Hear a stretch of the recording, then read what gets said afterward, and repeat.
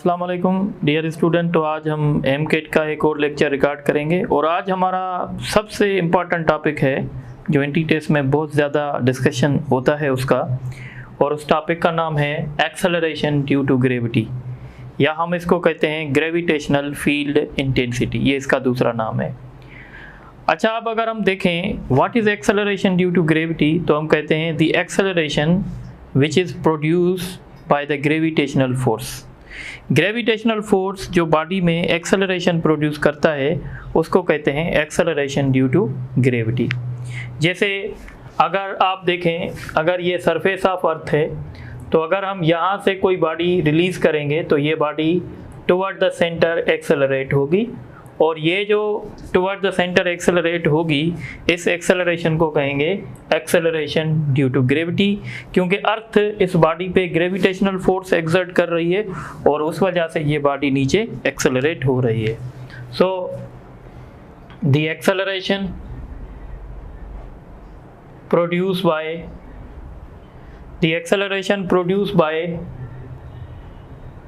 Gravitational force is known as acceleration due to gravity। अब ये जो acceleration due to gravity है ये फिक्स नहीं होती है, ये चेंज होती रहती है। अगर हम अपने अर्थ की बात करें तो अर्थ पे भी ये चेंज होती रहती है। क्यों चेंज होती रहती है वो भी हम डिस्कस करेंगे। सबसे पहले हम फाइंड करेंगे इसकी एक्सप्रेशन फाइंड करेंगे। Acceleration due to gravity near the surface of earth, near कहें या एट कहें, तो कैसे फाइंड करेंगे। अब आप सपोज करें ये हमारा अर्थ है, ये अर्थ का सेंटर है, तो यहाँ से लेकर यहाँ तक सरफेस तक ये रेडियस जो होगा वो आर ही कहलाएगा। और हम समझते हैं ये बॉडी बहुत छोटी है और ये बिल्कुल सरफेस ऑफ अर्थ पे पड़ी हुई है। इस बॉडी का मास m है, अर्थ का मास m ही है, तो इसलिए हम कहेंगे कि इस बॉडी पे जो अर्थ फोर्स लगाएगी हम उसको कहते हैं ग्रेविटेशनल फोर्स, और वो होगा G(m)(e)/RE²।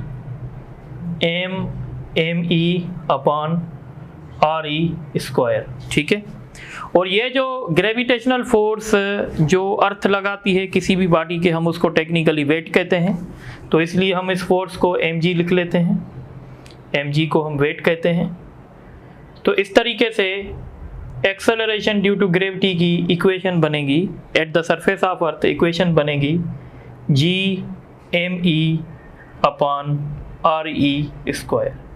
ये एक्सप्रेशन बन गई किसकी, acceleration due to gravity. NT test में इसका नाम चेंज कर सकते हैं, आपसे पूछ सकते हैं gravitational field intensity near the surface of earth, तो उसकी एक्सप्रेशन ये है। इस तरीके से हम फाइंड कर सकते हैं। और जब आप इन सब के वैल्यू रखेंगे, जैसे आप जानते हैं G भी कांस्टेंट है, ME भी कांस्टेंट है, RE भी, तो इसका वैल्यू आएगा 9.8 मीटर पर सेकंड स्क्वायर। ये SI सिस्टम में है। CGS FPS सिस्टम में इसको 32 फीट पर सेकंड स्क्वायर कहते हैं। ठीक है, कभी कभी हम इसको अप्रोक्सीमेटली 10 भी ले सकते हैं, राउंड ऑफ करके इसको 10 मीटर पर सेकंड स्क्वायर भी ले सकते हैं। तो ये एक्सेलरेशन ड्यू टू ग्रेविटी है जो सरफेस ऑफ अर्थ पे होती है। एक बात याद रखिएगा, एक्सेलरेशन ड्यू टू ग्रेविटी जो होगी ना, वो बॉडी के मास पे डिपेंड नहीं करेगी। यानी अगर इस बॉडी का मास 5 किलोग्राम है और इस बॉडी का मास 10 किलोग्राम है, दोनों सेम हाइट से अगर मैं रिलीज करूंगा तो दोनों में जो एक्सेलरेशन ड्यू टू ग्रेविटी होगी वो सेम होगी, क्योंकि एक्सेलरेशन ड्यू टू ग्रेविटी में बॉडी का मास नहीं आ रहा, सिर्फ मास किसका आ रहा है, अर्थ का आ रहा है। तो इसलिए हम लिखेंगे the acceleration due to gravity is independent of mass of body. ठीक है, अब यहां पे हम एक और बात करेंगे। देखें, हमने कल वाले लेक्चर में ये डिस्कस किया था, या हम थोड़ा सा पहले ये बात कर लेते हैं। Acceleration due to gravity on the surface of a planet। अगर हम किसी और प्लेनेट की बात करेंगे तो उसके सरफेस पे हम कैसे फाइंड करेंगे, तो उसके सरफेस पे हम फाइंड करेंगे g = g m/r²। इसका मतलब होगा अगर किसी प्लेनेट का मास, जितना प्लेनेट का मास ज़्यादा होगा उतना एक्सेलरेशन ड्यू टू ग्रेविटी ज़्यादा होगी उस प्लेनेट के सरफेस पे, जितना उसका रेडियस ज़्यादा होगा उतनी उसकी एक्सेलरेशन ड्यू टू ग्रेविटी उसके सरफेस पे कम होगी। तो ये किसी भी प्लेनेट पे फाइंड करने का वैल्यू है। जैसे अगर आप मून के सरफेस पे फाइंड करना चाहते हैं, मून का मास बहुत कम है तो इसलिए वहाँ पे एक्सेलरेशन ड्यू टू ग्रेविटी भी कम होगी। Acceleration due to gravity at the surface of moon, ये क्वेश्चन भी आ चुका है। सरफेस ऑफ मून पे एक्सेलरेशन ड्यू टू ग्रेविटी जो है वो 1.602 है, या हम इसको 1.6 भी कहते हैं, मीटर/सेकंड स्क्वायर है। ये सरफेस ऑफ मून पे एक्सेलरेशन ड्यू टू ग्रेविटी का वैल्यू होता है। किसी और प्लेनेट की अगर हमें फाइंड करनी होगी तो हम इस फार्मूले से फाइंड कर सकते हैं, ठीक है।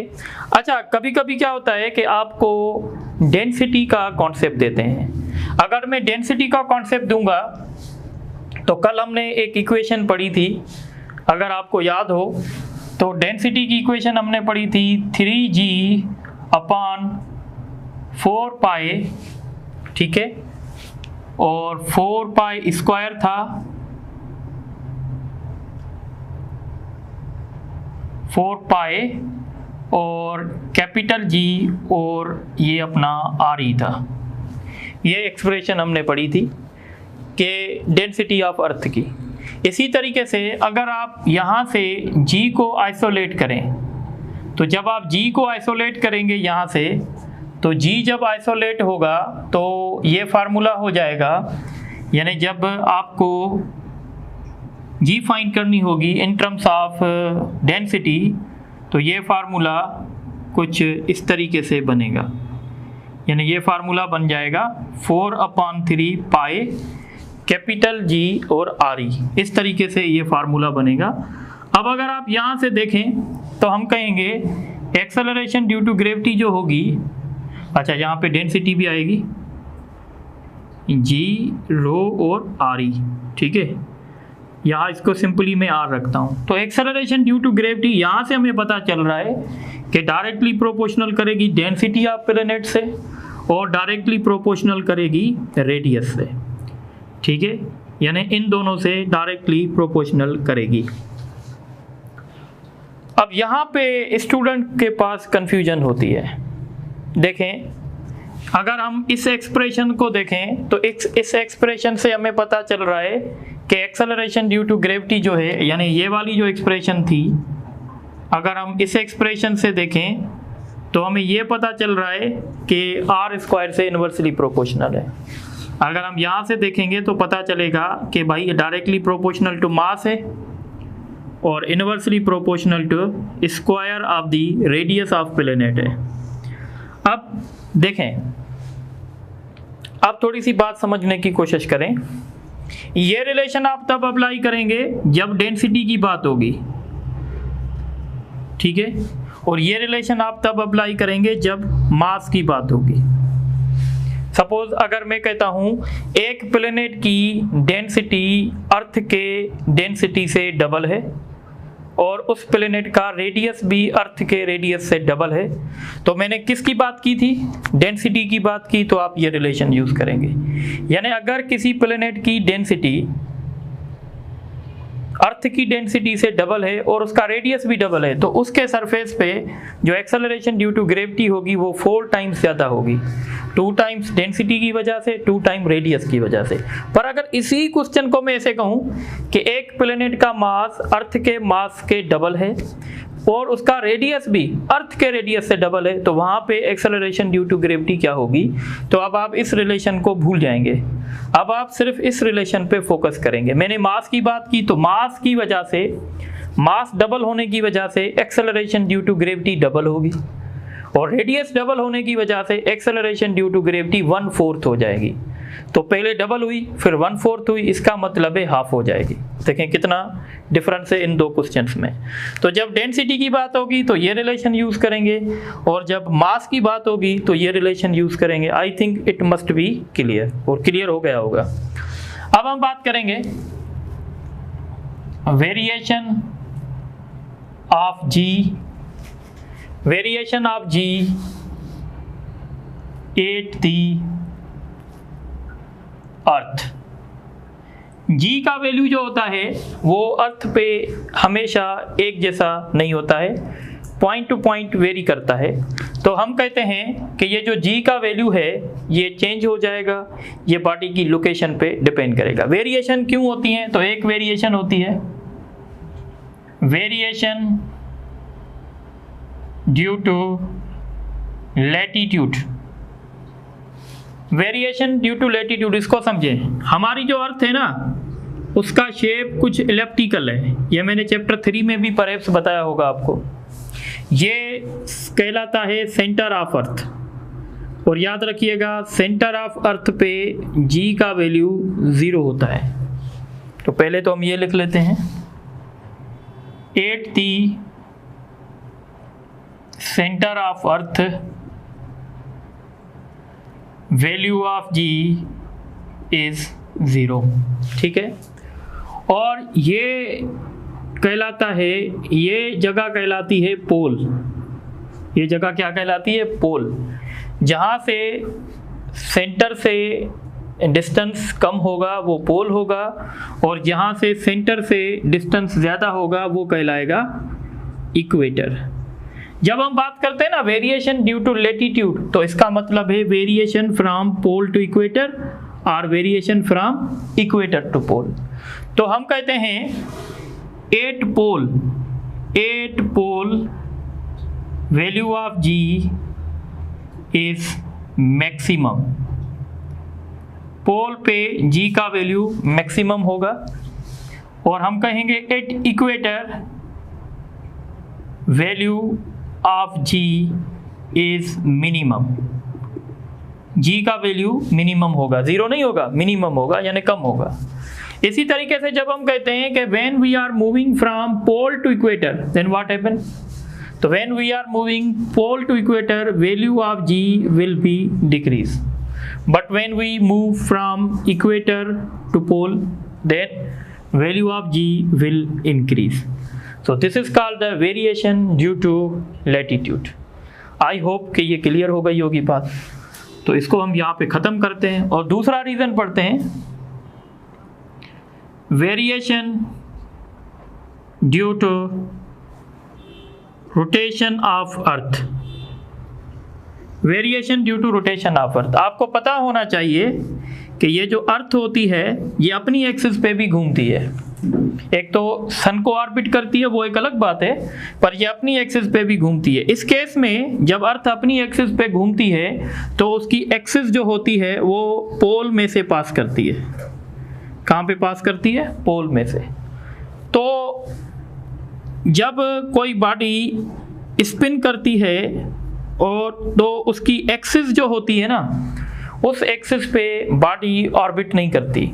मतलब उस एक्सिस पे अगर कोई पार्टिकल होगा तो उस पार्टिकल को कोई भी सेंट्रीपिटल फोर्स रिक्वायर्ड नहीं होता है। अब थोड़ा सा बात समझने की कोशिश करें। एक बॉडी मैंने इक्वेटर पे रखी है और एक बॉडी मैंने पोल पे रखी है, तो अब होगा क्या? ये अर्थ हमारी स्पिन कर रही है अपनी एक्सिस पे, तो अर्थ के साथ ये जो बॉडी इक्वेटर पे होगी ना, ये भी स्पिन करेगी पोल को स्पिन करेगी। पर जो बॉडी पोल पे होगी ना वो स्पिन नहीं करेगी। इसका मतलब है जो बॉडी इक्वेटर पे होगी इसको सेंट्रीपिटल फोर्स चाहिए, और जो बॉडी पोल पे होगी उसको सेंट्रीपिटल फोर्स नहीं चाहिए। ठीक है, अब ये सेंट्रीपिटल फोर्स कहाँ से आएगा? तो हम कहेंगे जो बॉडी इक्वेटर पे पड़ी हुई है उस पे ग्रेविटेशनल फोर्स एक्ट करेगा ना, जो उसको टुवर्ड द सेंटर ऑफ अर्थ। और ये जो ग्रेविटेशनल फोर्स होगा ना, ये अब काम करेगा दो काम करेगा। एक काम क्या करेगा? इसको नेसेसरी सेंट्रीपिटल फोर्स देगा, और बाकी जितना बचेगा उससे क्या करेगा, वो acceleration due to gravity produce करेगा। यानी यहाँ पे जो ग्रेविटेशनल फोर्स होगा वो दो तरह की एक्सेलरेशन प्रोड्यूस करेगा, एक एक्सेलरेशन सेंट्रीपिटल और एक एक्सेलरेशन ड्यू टू ग्रेविटी। पर यहाँ पे पोल पे जो बॉडी पड़ी होगी, यहाँ पे ग्रेविटेशनल फोर्स सिर्फ और सिर्फ एक काम करेगा, क्योंकि यहाँ पे जो बॉडी पड़ी हुई है उसको क्या नहीं चाहिए, उसको तो एक्सेलरेशन सेंट्रीपिटल एक्सेलरेशन नहीं चाहिए। तो ये वाला फोर्स ग्रेविटेशनल फोर्स जो पोल पे होगा वो क्या करेगा, वो सिर्फ और सिर्फ acceleration due to gravity produce करेगा। बात मेरी समझ में आ गई? तो इसका मतलब है, एक बात तो हम लिख लेते हैं कि due to rotation of earth the value of G does not या will not be affected at pole। ठीक है, देखिए अगर हमारी अर्थ की रोटेशन इंक्रीज हो गई, अगर हमारी अर्थ की रोटेशन इंक्रीज हो जाएगी तो फिर क्या होगा, इस बॉडी को सेंट्रीपिटल एक्सेलरेशन ज़्यादा चाहिए। अगर इस बॉडी को सेंट्रीपिटल एक्सेलरेशन ज़्यादा चाहिए तो वेट अब क्या करेगा, सेंट्रीपिटल एक्सेलरेशन ज़्यादा प्रोड्यूस करेगा और एक्सेलरेशन ड्यू टू ग्रेविटी कम प्रोड्यूस करेगा। पर जो बॉडी पोल पे पड़ी हुई है इसको तो सेंट्रीपिटल एक्सेलरेशन नहीं चाहिए।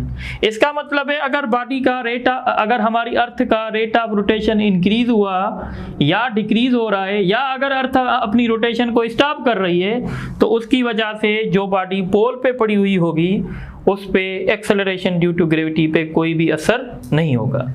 जब हम इक्वेटर की बात करेंगे, एट इक्वेटर पे जब बात होगी तो इक्वेटर पे फिर क्या सीन होने वाला है, तो इक्वेटर पे बॉडी का जो वेट होगा, ठीक है, mg, ये यहाँ पे दो काम करेगा। एक काम क्या करेगा, एक काम करेगा सेंट्रीपिटल फोर्स और दूसरा काम करेगा इसमें acceleration due to gravity produce करेगा।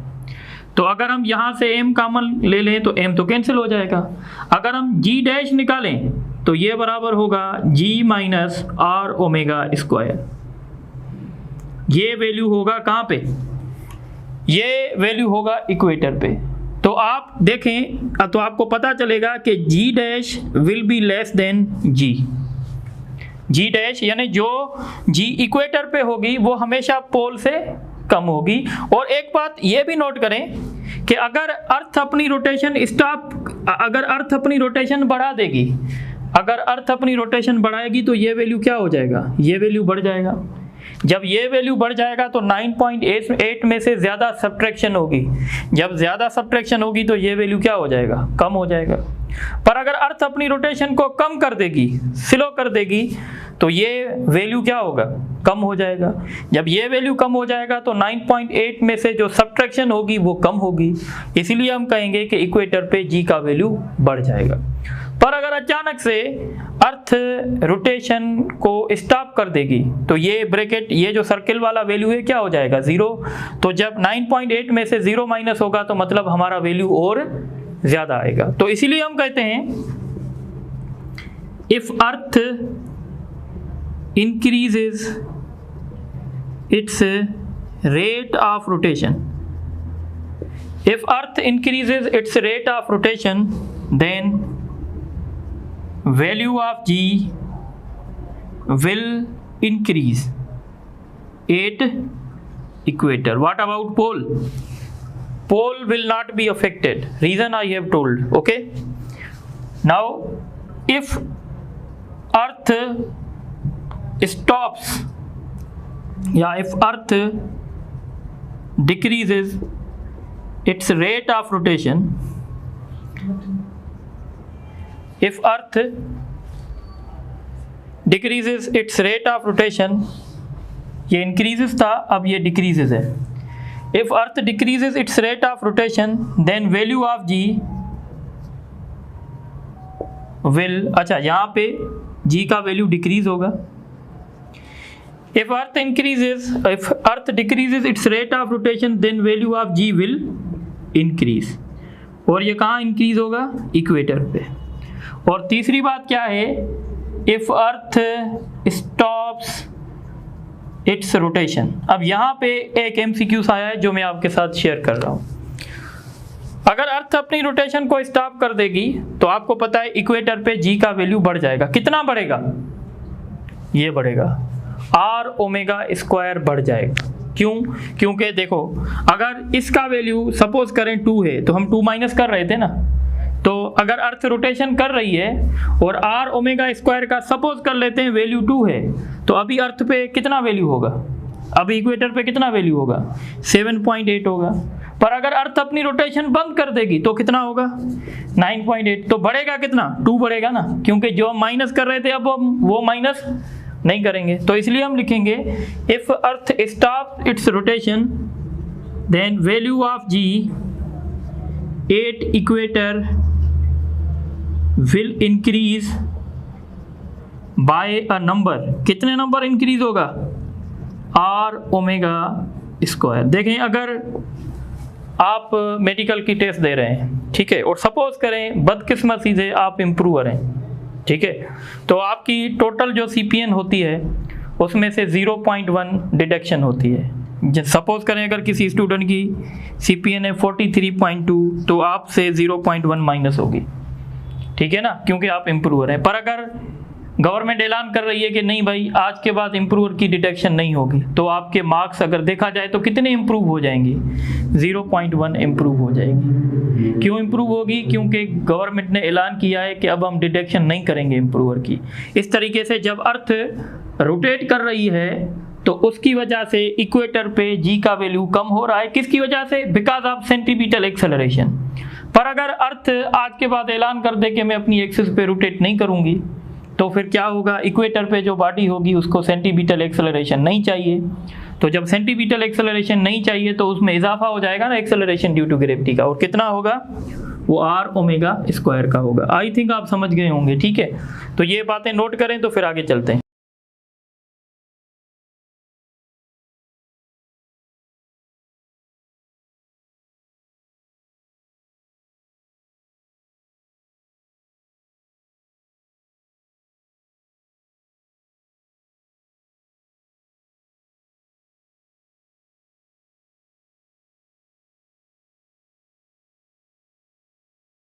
अच्छा, अब हम बात करेंगे variation of g due to altitude.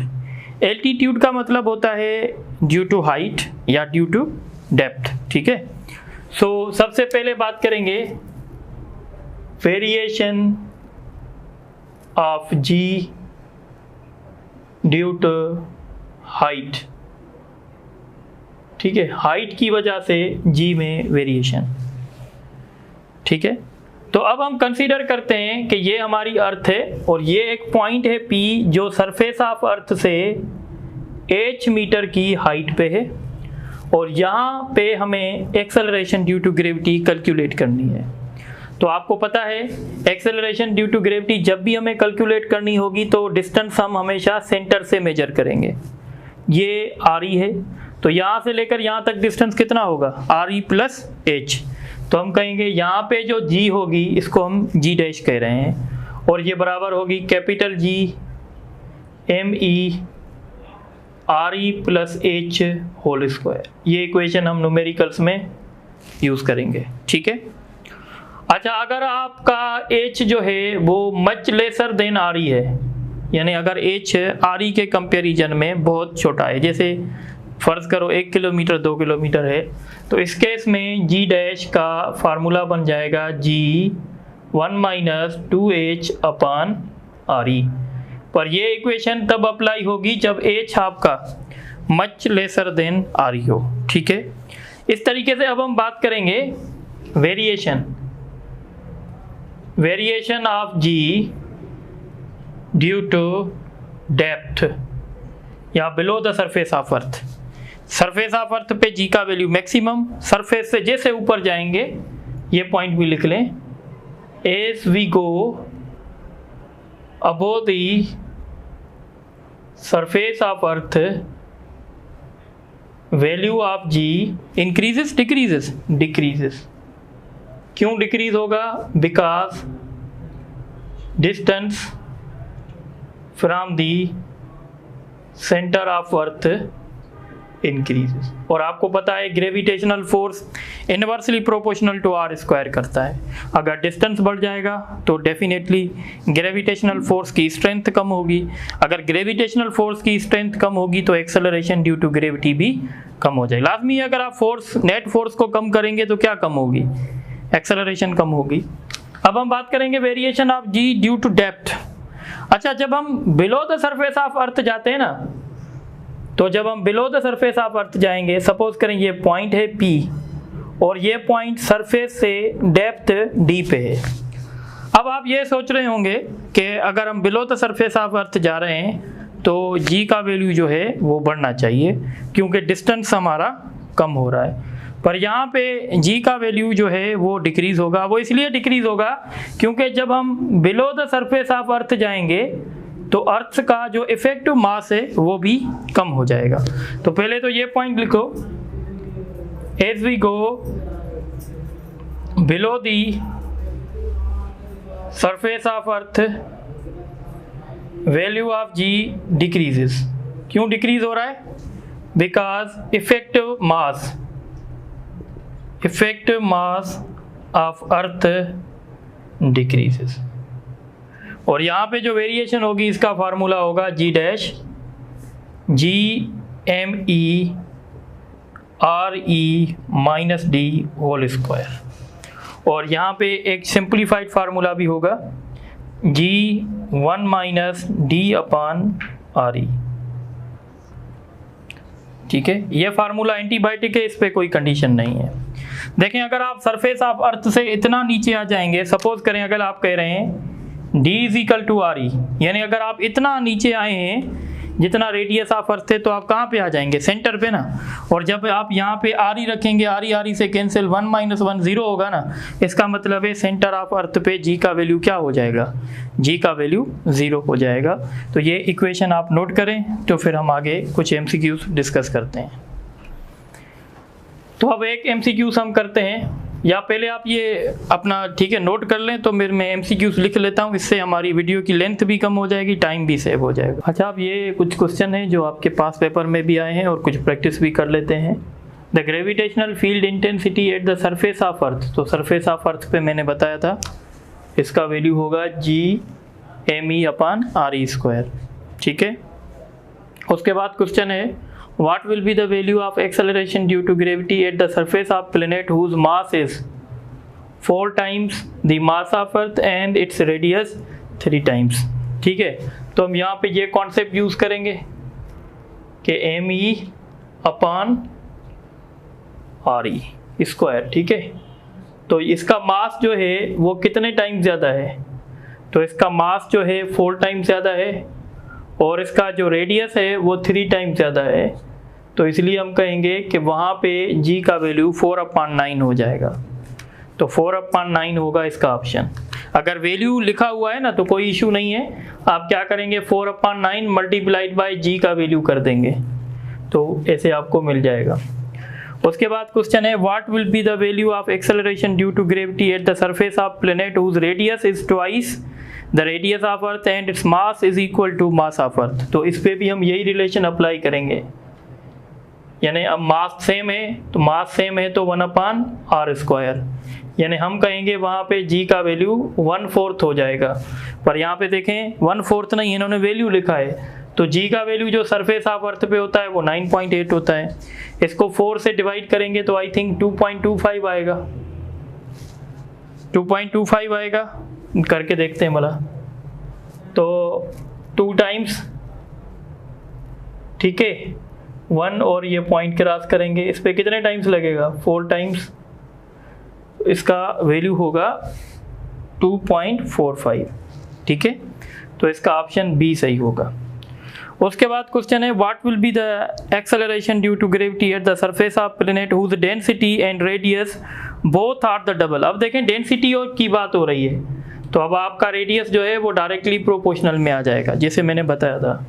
तो इसका डेंसिटी भी डबल है, इसका रेडियस भी डबल है, इसका मतलब है उस प्लैनेट पे G का वैल्यू 4 टाइम्स अर्थ से ज़्यादा होगा, तो 4G होगा। और 4G वैसे भी आजकल आने वाली है। ठीक है, वो अब ये इस क्वेश्चन को देखें, what will be the value of acceleration due to gravity at the point which is RE meter above the surface of earth। ये पास पेपर में आ चुका है। above the surface of earth है तो हम ये जनरल इक्वेशन यूज करेंगे, GME RE plus H whole square. वो इक्वेशन नहीं यूज कर सकते क्योंकि वो छोटे डिस्टेंस के लिए है। तो GME और इसकी जगह भी हम अगर H की जगह भी RE रखेंगे तो RE और RE क्या होगा, 2RE। 2RE का जब स्क्वायर करेंगे तो कितना होगा, 4RE स्क्वायर। अगर आप इसको देखें, इसको तो हम G कहते हैं जो सरफेस ऑफ अर्थ पे होती है, तो इसका मतलब है इसका वैल्यू हो जाएगा G/4। अगर आपसे वैल्यू पूछ रहे हैं तो G का वैल्यू 9.8 रख के आप इसको सॉल्व कर सकते हैं। बहरहाल यहाँ पे इसका ऑप्शन ए होगा। उसके बाद क्वेश्चन है, find the point from the centre of earth where the value of G acceleration due to gravity becomes half as the surface of earth. यानी G डैश जो है वो हाफ ऑफ G होनी चाहिए।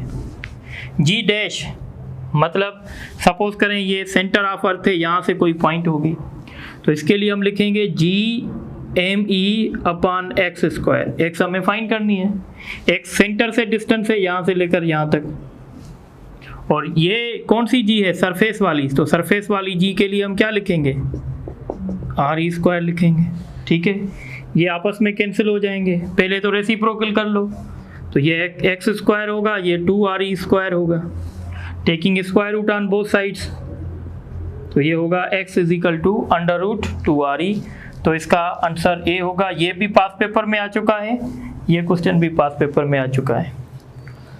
इफ अर्थ, और ये भी पास paper में है, if earth suddenly stops its rotation then value of G dash at equator. तो आपको पता है G का वैल्यू बढ़ जाएगा। कितना बढ़ेगा, R⍵² नंबर बढ़ेगा। तो ऑप्शन ए होगा, ये मैंने थ्योरी में बताया है। लास्ट क्वेश्चन है आज के लेक्चर का, the value of G is maximum at. तो G का वैल्यू मैक्सिमम कहाँ होता है, तो सरफेस ऑफ अर्थ पे मैक्सिमम होता है। अच्छा, स्टूडेंट कहते हैं सर आपने तो बताया पोल। भाई पोल तो यहाँ पे ऑप्शन ही नहीं है, तो ऑप्शन के हिसाब से देखा जाएगा। अगर यहाँ पे इक्वेटर और पोल होता तो हम पोल पे करते। तो आप देखेंगे ऑप्शन के हिसाब से कि ऑप्शन के हिसाब से कौन सी बात हो रही है। तो आज के लेक्चर के लिए इतना ही है, बाकी इंशाल्लाह नेक्स्ट क्लास में डिस्कस करेंगे। Thank you very much.